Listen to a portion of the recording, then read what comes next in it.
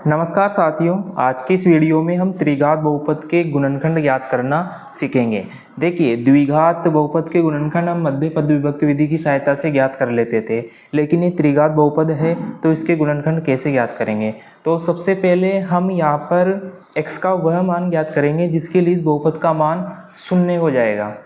ठीक है, तो इस बहुपद का क्या होगा, शून्याङ्क होगा, और शून्याङ्क की सहायता से हम इसका एक गुणनखंड ज्ञात कर लेंगे। ठीक है, और जो बाकी के दो गुणनखंड है, अभी यहाँ पर मैंने बाकी के दो गुणनखंड क्यों बोला, इसलिए बोला क्योंकि जो त्रिघात बहुपद है उसके 3 गुणनखंड होते हैं। ठीक है, तो इसका एक गुणनखंड तो हम हिट एंड ट्रायल मेथड के द्वारा यानी कि x का मान रख रख के ज्ञात करेंगे, और बाकी के दो गुणनखंड कैसे ज्ञात करेंगे मैं बताता हूँ आपको कैसे ज्ञात करेंगे कि उस गुणनखंड का इस बहुपद में भाग देंगे। यहाँ पर आप बहुपद का बहुपद में भाग देना भी सीखेंगे, तो बने रहिए इस वीडियो के साथ। आप देखिए कैसे क्या करते हैं अपन कि यहाँ पर मैं x बराबर -1 रखूँ, यहाँ पर मैंने x बराबर -1 रखा। ठीक है, तो x के स्थान पर -1 रखूँगा, ये -1 का क्यूब प्लस 13 गुणा -1 का स्क्वायर प्लस 32 गुणा -1 प्लस 20। ठीक है, अब देखिए -1 का क्यूब क्या होगा, -1, और यहाँ पर -1 का स्क्वायर 1 को 13 से गुणा करेंगे 13। ठीक है, प्लस यहाँ पर 32 को -1 से गुणा करेंगे क्या आएगा, -32, और ये प्लस का 20। अब देखिए यहाँ पर 20 में 13 जोड़िए क्या आएगा, 33, और -1 -32 कितना होगा, -33, और 33 में से 33 घटाएंगे 0, यानी कि देखिए जब हमने x बराबर -1 रखा तो इस बहुपद का मान क्या हो गया, 0। तो -1 क्या है, इसका शून्याङ्क। अब शून्याङ्क की सहायता से हम गुणनखंड निकाल सकते हैं। कैसे निकाल सकते हैं भाई, -1 को इस पक्ष में पक्षांतरित कर दो, किसका हो जाएगा, प्लस का, तो ये क्या बन जाएगा, x + 1। जैसे कि यहाँ पर छोटा सा देख लीजिए आप, यहाँ पर हमने लिखा हुआ है x बराबर -1, तो -1 को इस पक्ष में पक्षांतरित करो, क्या हो जाएगा, x + 1। तो x + 1 क्या है, इस बहुपद का गुणनखंड है। ठीक है, अब देखिए यहाँ पर मैं एक चीज़ लिखता हूँ क्या, कि x बराबर 1 बहुपद x³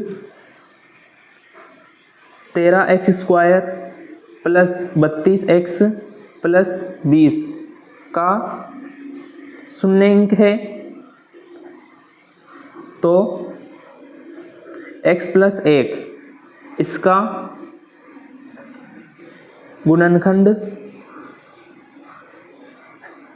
होगा। ठीक है भाई, x बराबर -1 किसका शून्याङ्क है, तो x + 1 किसका गुणनखंड होगा। अब देखिए हमने एक गुणनखंड तो ज्ञात कर लिया, बाकी के में दो गुणनखंड ज्ञात करने हैं। कैसे ज्ञात करेंगे, देखिए हम क्या करेंगे, इस बहुपद में ये x³ plus 13x² plus 32x plus 20 में भाग देंगे x + 1 का। ठीक है, जो ये बहुपद था अपने पास, इसमें हम भाग दे रहे हैं x + 1 का। ठीक है, अब देखिए भाग कैसे देंगे, इस चीज को समझिए। यहाँ पर क्या करेंगे भाई, पहले पद में पहला पद क्या है, x³, यहाँ पर देख लीजिए ये x³ है। ठीक है, तो x³ में हम जो अपना भाजक है, भाजक का पहला पद क्या है, x, तो x का भाग दे देंगे, यानी कि x³ में x का भाग देंगे।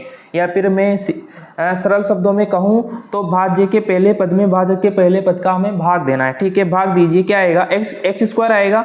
अब आपको x² को भागफल में लिख देना है। ठीक है, लिख लिया।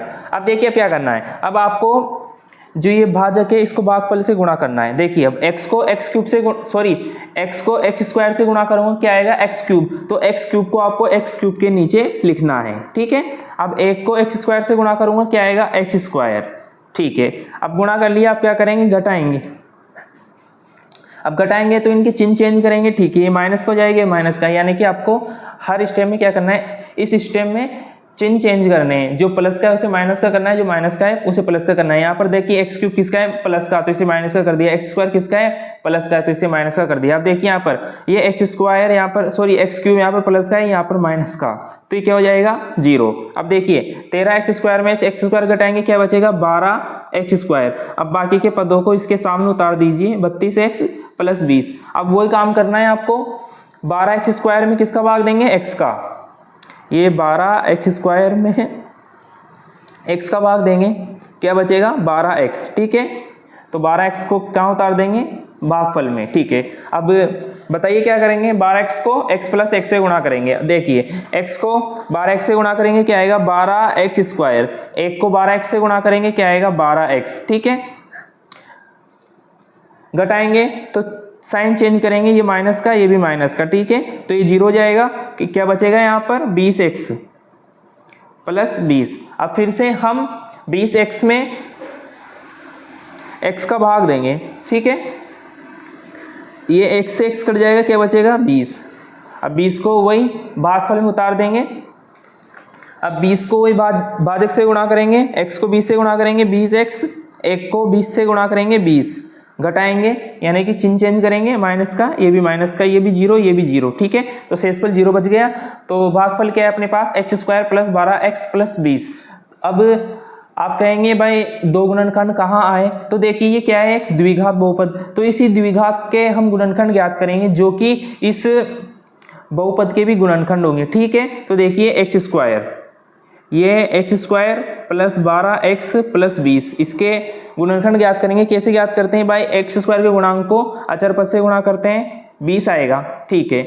अब 20 को इस प्रकार तोड़ेंगे कि गुणा करने पर तो 20 आए और जोड़ने पर 12। तो कैसे तोड़ेंगे, देखिए 1 गुणा 20 में 1 जोड़ने पर 12 नहीं आता, 2 गुणा 10, देखिए 10 में 2 जोड़ेंगे तो 12 आ जाएगा और 10 को 2 से गुणा करेंगे तो 20 आ जाएगा, ठीक है। तो x स्क्वायर प्लस इसे लिख देंगे 10x प्लस 2x प्लस 20। देखिए 10x में 2x जोड़ेंगे 12x आ जाएगा। अब देखिए यहाँ पर कॉमन लेंगे, कॉमन क्या आएगा, x कॉमन आ जाएगा, अंदर क्या बचेगा x प्लस 10। यहाँ पर क्या कॉमन लेंगे, 2 को कॉमन लेंगे, अंदर क्या बचेगा x प्लस 10। इसमें से x प्लस 10 को कॉमन ले लेंगे, अंदर क्या बचेगा x प्लस 2।